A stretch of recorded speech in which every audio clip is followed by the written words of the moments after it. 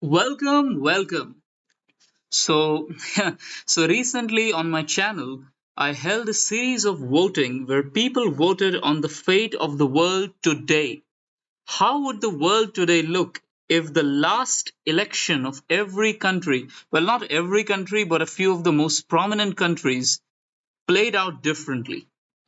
So we elected, for example, in America, people voted for Bernie Sanders. In India, they voted for Rahul Gandhi instead of Narendra Modi. In some countries, they voted for the same outcome, like we see Olaf Scholz here. And in other countries, again, it was slightly different. So this video is just a quick little video to post the result, the report. So here we got the first map.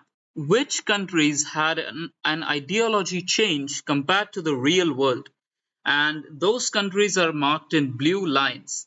And then in green lines, we have the countries where basically people elected the same leaders or the same ideologies. So as we see, America, Canada, Colombia, Spain, Britain, Poland, Russia, Greece, Turkey, India, Pakistan, Thailand, Philippines, and South Korea elected the same basically the same person as in our timeline. And Germany, sorry, they elected different people from our timeline. And then Germany and Italy, France, Niger, Brazil, Argentina, Australia, Indonesia, and Bangladesh, they elected the same people as in our timeline. Now let's see the ideological map of this world of the countries that people voted for. So here is the ideological map of the real world, the real outcome that happened in the last 3-4 years. This is not from my voting, this is reality. So as you can see, America is liberal under Joe Biden, Canada is Justin Trudeau, then Brazil has Lula da Silva, Argentina, we all know recently a libertarian got elected, India has Modi, then Russia has Putin, Turkey has Erdogan, Italy has Meloni, Germany has Olaf Scholz, Britain has Rishi Sunak, Niger has a military junta, and etc. Now, let's see what ideologies changed. So, one, two, three, go. Look at this. So, this is the new ideological map of the world as voted by people on YouTube. And right off the back, you'll notice that social democracy has received a lot of votes. Oh, yes, social democracy is winning. But before we get to the social democratic world, check out Greece because people on my channel decided to elect a literal Marxist Leninist party in Greece under Dimitris Koutsombas of the Greek Communist Party. So Greece and Albania both are socialist now. And then in America, they elected Bernie Sanders instead of Joe Biden. Canada is the same. Mexico is the same. And then in Colombia, they elected another social democrat, which is President Gustavo Petro of the Humane Colombia Party. Brazil and Argentina remain the same. Again, Niger had a military junta. And then we come to Russia. So in Russia, what happened was that Prigozhin's coup did not succeed.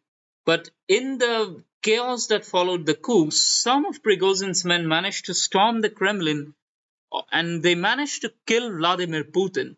So instead, a new military junta was set up in Russia after the death of Putin. And that junta is led by, just a moment. Yes, so that junta is led by General Valery Gerasimov.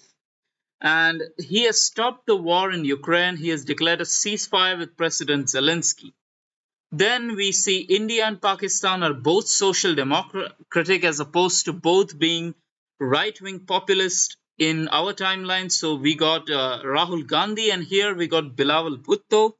The problem is that both of them are extremely incompetent. Bilawal Bhutto has no real he has extreme disregard for the situation of Kashmir, and Rahul Gandhi is just incompetent in comparison to his father Rajiv Gandhi or his grandmother Indira Gandhi. And then in Europe, we got social democratic Jeremy Corbyn and his Labour Party has triumphed in Britain. And in Spain, the PSOE, the Partido Socialista, has been elected. And then in France, we got Macron.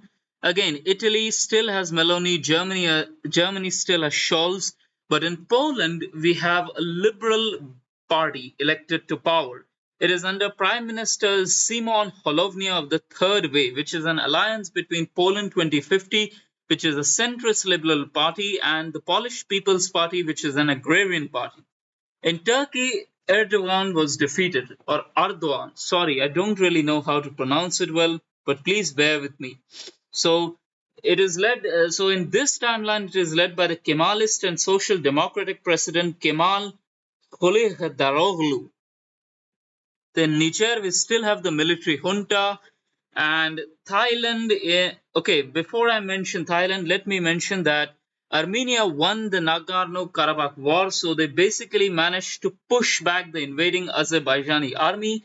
And in this timeline, people voted for Croatia to win the FIFA World Cup.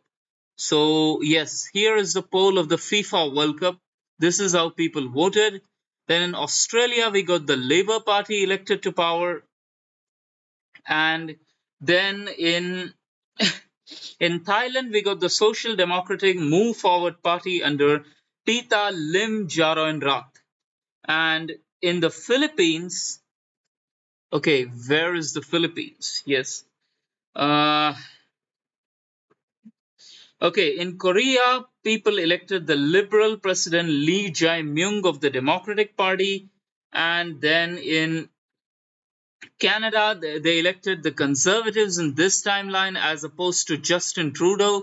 So that is the Canada, I think, is the only place where some right winger won the polls.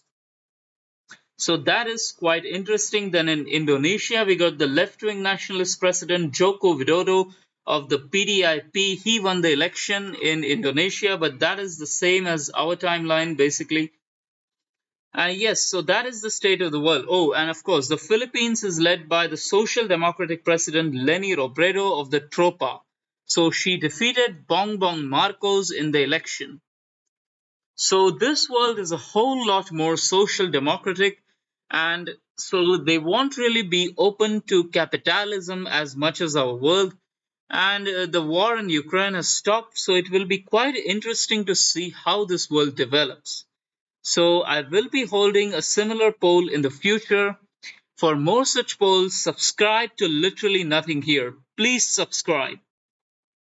And yes, that's really all I want to say today. Thank you.